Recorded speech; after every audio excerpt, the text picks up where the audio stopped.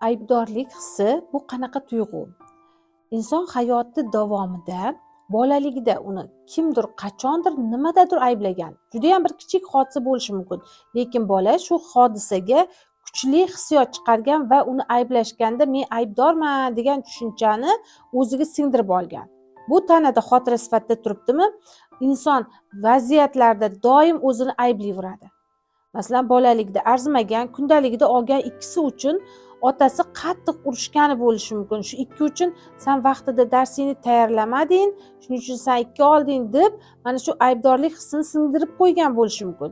Mana shu tuyg'u bolani bir umr har qanaqa vaziyatda ham men aybdorman deb ta'qib qiladi. O'zi sezmagan holda hamma narsada o'zini ayblayveradi.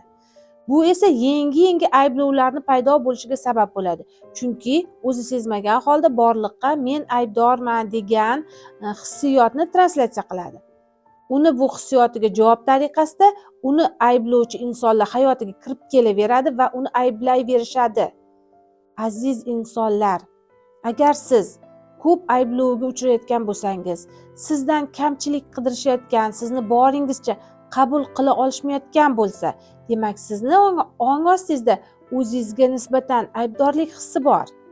To bu hissiyotni ildizini topib, bu hissiyot sizga shunchaki noto'g'ri singdirilgan tushuncha ekanligini anglamagunizcha, undan voz kechmagunizcha sizni ayblaydigan insonlar atrofingizdan ketmaydi. Yoki muttasil ayblayverishadi. Hayotingizni o'zgartirmoqchi bo'lsangiz, bu ayblovlardan chiqmoqchi bo'lsangiz, ildizini toping. O'zingizni ayblashni to'xtating. Siz o'zingizni ayblamaganingizdan keyin hech kim sizni ayblay olmaydi.